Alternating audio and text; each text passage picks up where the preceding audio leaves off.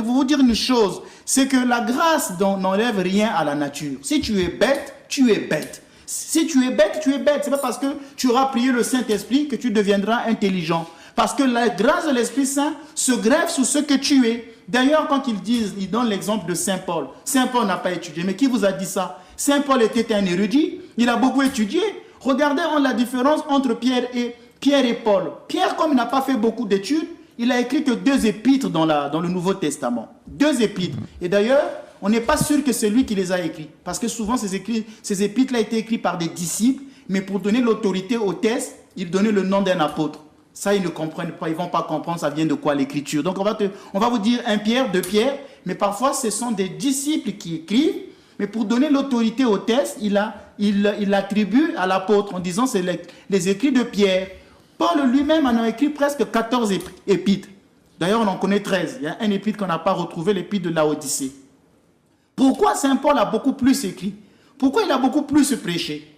Ça montre que c'était un homme érudit qui a étudié.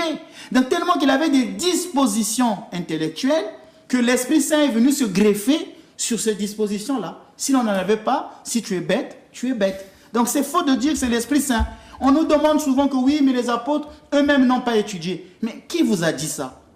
Les apôtres ont étudié puisque l'Évangile nous dit que le Seigneur ouvrait leur intelligence aux Écritures. Lisez dans Luc chapitre 24, quand les disciples d'Emmaüs marchaient, le texte nous dit que le Christ leur a ouvert l'intelligence des Écritures. C'est quoi ouvrir l'intelligence des Écritures? N'est-ce pas une forme d'étude?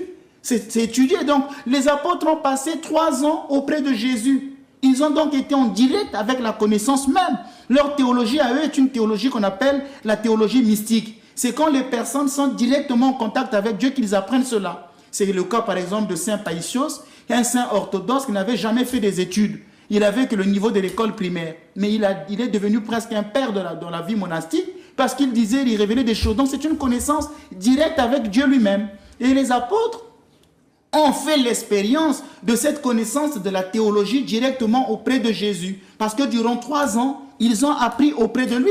Ils ne sont pas restés là, dans le silence. Jésus enseignait tous les jours. Donc 3 ans avec le maître. Qu'est-ce qu'ils n'ont pas appris? Ils ont appris beaucoup de choses. Donc ils ont été préparés à la mission. Donc dire les apôtres n'ont pas étudié, mais c'est mal comprendre. Donc qu'est-ce qu'ils faisaient auprès de Jésus? D'où on les appelle disciples. Un disciple, c'est celui qui se met au pied du maître.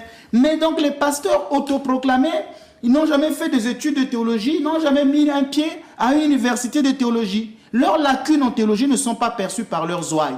Pourquoi? Parce que la plupart de leurs fidèles n'ont pas aussi une formation intellectuelle. Donc ils vont régner auprès des aveugles. Comme je disais que le borgne devient roi au milieu des aveugles. Les fidèles eux-mêmes n'ont pas de connaissances théologiques. C'est normal que le pasteur devienne roi. Les enseignements de ces pasteurs sont développés de manière spontanée et non dans un cadre de théologie préalablement défini. C'est de la spontanéité. Leur enseignement, c'est le fait du mimétisme. Comportement de